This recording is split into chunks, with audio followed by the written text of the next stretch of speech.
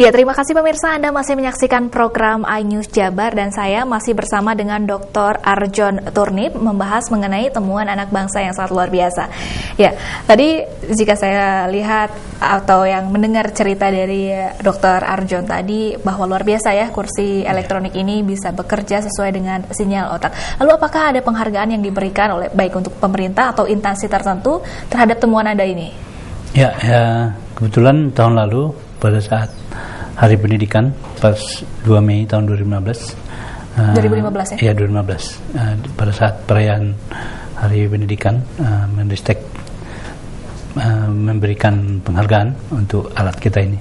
Penghargaan ya. Itu penghargaan yang diberikan merupakan penghargaan temuan atau ya, apa? Sebagai inovator. Inovator ya? Kita penghargaan sebagai inovator teknologi. Baik, tadi kan dikatakan kursi roda tahap awal dan selanjutnya ada tahap-tahap berikutnya yang akan Anda jalani, seperti apa, dokter? Pengembangannya sekarang tadi harapannya sih memang tadi itu supaya itu sampai ke market atau sampai ke pengguna. Cuman untuk bisa sampai ke pengguna kan kita harus berkolaborasi dan harus bekerjasama dengan pihak terkait, terutama dari pihak medis. Dan harapannya untuk kerjasama ini baik LIPI dan UNPAD, mudah-mudahan di sini pimpinan UNPAD mendengarkan, karena selama ini kita agak terkendala masalah administrasi. Jadi mudah-mudahan bisa diproses lebih cepat supaya kerjasama ini lebih. Jadi kalau bisa sih kita sebagai peneliti fokus saja untuk ngurusin teknologinya, jadi nggak usah repot administrasi, kurang lebih seperti itu. Iya, semoga ada beberapa pihak yang bisa membantu dalam proses dalam segi administrasinya ya dokternya. Lalu kursi roda ini jika sampai ke pengguna, kira-kira jika Anda bayangkan berapa anggaran yang bisa dikeluarkan untuk memiliki satu kursi roda elektrik ini? Nah, kalau itu mungkin karena saya kan hanya sebagai peneliti yang bicara masalah uang, saya hanya bisa memikirkan gimana pengembangan teknologinya, softwarenya. Ketika itu bicara harga, itu mestinya ada pihak tertentu yang memikirkan. Karena contoh, kalau tanpa itu yang mahal itu kan idenya yang mahal ya. Sekarang kalau ditanya ide saya itu harganya berapa, saya juga nggak tahu ngasih harganya berapa gitu.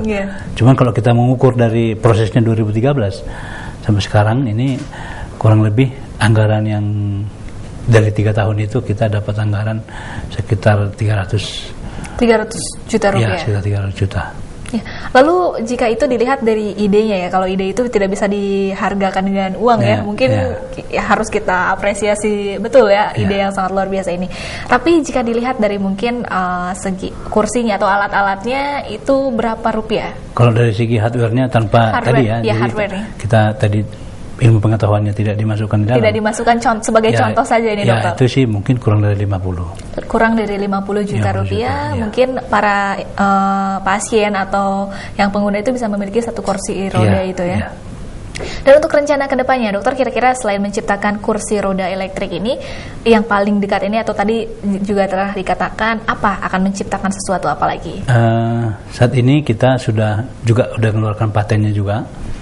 Udah juga jadi alatnya, cuman belum sempat diuji juga untuk diuji coba secara medis, tapi secara subjek kita udah uji coba, yaitu monitoring aktivitas jantung jarak jauh, sehingga nantinya si pengguna itu bisa beraktivitas, bisa olahraga, bisa di rumah sakit atau dimanapun dia berada, dia bisa tetap terpantau kondisi kesehatannya. Nah itu alat itu udah jadi kita kembangkan, udah kita uji coba, tapi belum secara medis. Patennya sudah juga. Patennya begitu juga dengan kursi roda elektrik itu patennya sudah dikeluarkan ya? Kursi roda juga sudah dikeluarkan. Nah, yang saat ini kemarin ini juga kita mencoba mengembangkan deteksi alat pendeteksi seseorang menggunakan narkoba atau tidak. Oh, itu alatnya berupa apa, dokter? Sama, prinsipnya sama. Kita dari sinyal otak, kita rekam sinyalnya, kita proses, sehingga nanti kita bisa mengidentifikasi bahwa hipotesanya bahwa pengguna narkoba itu mempunyai karakter sinyal otak yang berbeda. Yang berbeda ya. Jadi karena kan kita mengetahui bahwa Kalau tes urin itu kan hanya mungkin berlaku sesaat ya. Jadi ketika seseorang menggunakan mungkin 2 hari, 3 hari yang lalu, tes urin mungkin sudah tidak ketahuan. Tapi kalau secara brain, walaupun dia menggunakan bulan lalu, jadi bisa diketahui ya? Berapa batasan waktu yang bisa diketahui itu? Ya selama dia mengingat bahwa bahwa dia pernah menggunakan.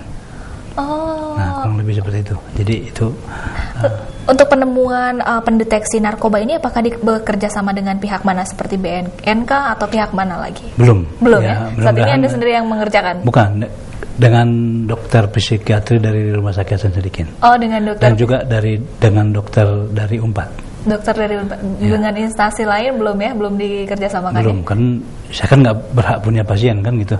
Kan itu, jadi kita sudah menginisiasi, mudah-mudahan dalam waktu dekat hasilnya bisa kita publish. Berarti penemuan Anda ini kira-kira akan diluncurkan berapa lama lagi, dokter? Harapannya sih mungkin dalam 2-3 bulan ke depannya. 2-3 bulan ke depan. Harapannya. Sudah dekat berarti ya? Sudah dekat. Lalu persiapannya mungkin seperti apa untuk peluncuran temuan Anda ini? Ya kita sih nggak mempersiapkan, kita sih hanya bekerja, menunjukkan hasil.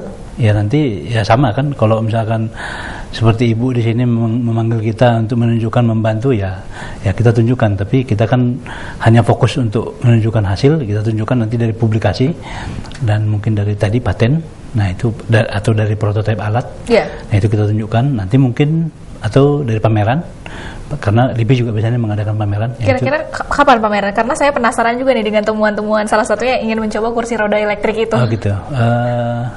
Pameran biasanya sih sekitar, kalau pameran LIPI biasanya sih sekitar September Oktober.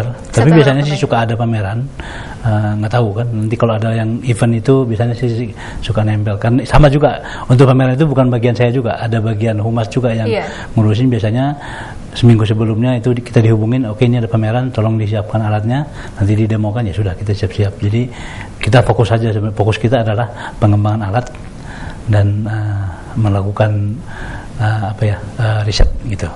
Baik, terakhir harapan Anda singkat saja, Dr. Arjon, apa untuk temuan-temuan Anda ke depannya? Harapannya pemerintah bisa mempercayai karena satu kan kita ketahui Indonesia penduduknya sangat banyak. Kalau kita selalu tergantung dengan orang asing, bukan masalah kita sanggup beli atau tidak, tapi terkadang ketika alat itu rusak atau ketika alat itu tidak lagi berfungsi dengan baik, kan tidak mudah juga kita harus berkomunikasi dengan produsennya. Kalau produsennya jauh dari sini, ada bagusnya kalaupun mungkin, kalau saya sih punya pemikiran, kalaupun alat itu tidak secanggih yang bisa dikembangkan negara maju, tapi ketika itu memang bisa kita kembangkan di sini, dan itu dengan cepat kita bisa reparasi dan kita bisa perbaiki di Indonesia barangkali, dan juga pasti harganya juga bisa lebih murah. Tentunya ini bisa juga dimanfaatkan oleh masyarakat, terutama menengah ke bawah. Karena seperti kita ketahui, mungkin jangankan di daerah, di daerah kota saja belum tentu semua masyarakat bisa menikmati fasilitas teknologi yang bagus di rumah sakit, apalagi yang di daerah. Mereka sama sekali tidak pernah merasakan hebatnya teknologi yang berkaitan dengan kesehatan. Baik, terima kasih Dr. Arjon atas perbincangan kita sore hari ini. Semoga perbincangan kita sore hari ini bermanfaat bagi semua pemirsa di rumah dan juga menambah wawasan ya. Saya ucapkan terima kasih dan selamat beraktivitas kembali. Terima kasih. Ya pemirsa, jangan kemana-mana karena iNews Jabar akan kembali dengan sejumlah berita yang layak untuk Anda simak setelah jeda berikut ini.